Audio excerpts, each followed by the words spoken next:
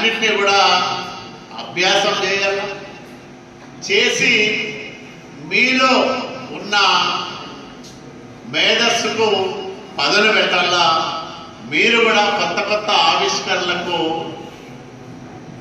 బీజం పడే విధంగా మీ ఆలోచనలు ముందుకు సాగాలి.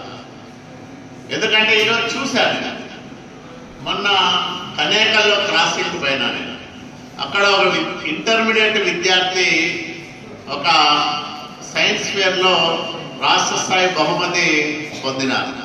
ఒక వాళ్ళు 2-3 టీం. ఇక్కడ అంటే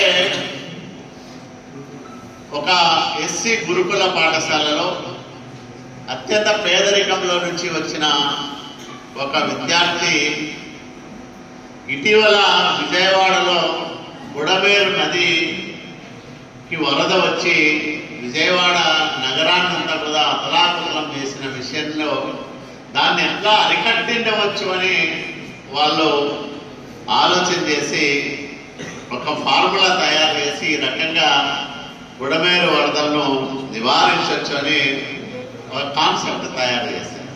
ఇప్పుడు మనం ప్రపంచమంతా కూడా అభివృద్ధి చెందిన దేశాలు అనేకం ఉన్నాయి. దాంట్లో అమెరికా అగ్రరాజ్యం అంటాం. అమెరికా లాంటి అగ్రరాజ్యంలో అనేక మంది, లక్షల మంది భారతీయులు ఉద్యోగాల్లో కానీ వ్యాపారాల్లో కానీ స్థిరపడితే ప్రతి 100 మంది భారతీయుల్లో 26 మంది ఉమ్మడి ఆంధ్రప్రదేశ్ రాష్ట్రానికి సంబంధించిన వాళ్ళు ఉన్నారు. దీనికి ఏంటి కారణం? మనకు బలమైన గణిత పునాది ఉండడం. అంటే మ్యాథమెటిక్స్ లో మనకి బలమైన పునాది ఉంది.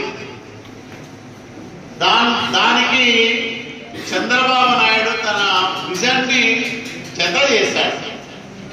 1995, 2004 మధ్య కాలంలో ఉమ్మడి ఆంధ్రప్రదేశ్ రాష్ట్ర ముఖ్యమంత్రిగా ఉన్నప్పుడు చంద్రబాబు నాయుడు గారు, నేను 99లో పార్లమెంట్ సభ్యుడిగా ఉన్నా. చాలా సందర్భాల్లో మేమందరం కూర్చొని మాట్లాడుకుంటా ఉన్నప్పుడు ఆయన తన విజన్ ని చెప్పేవాళ్ళు. అంటే భారతదేశంలో లేదా ఆంధ్రప్రదేశ్ రాష్ట్రంలో అవకాశాలు చాలా తక్కువగా ఉన్నాయి. మనది వ్యవసాయ ప్రధానమైన రాష్ట్రం. వ్యవసాయం పైనే ఇప్పటికి 66-67% మంది ఆధారపడి బతుకుతూ ఉంటారు. అప్పుడు ఇంకా ఎక్కువే ఉంటుంది, ఒక 7%. ఇట్లాంటి రాష్ట్రంలో ప్రతి రైతు కుటుంబంలోనూ పుట్టిన కొడుకో కూతురో ఇక్కడే వ్యవసాయం చేసుకోవడము, ఇక్కడే ప్రభుత్వ ఉద్యోగాల్లో స్థిరపడము అంటే చాలా కష్టమైన పని.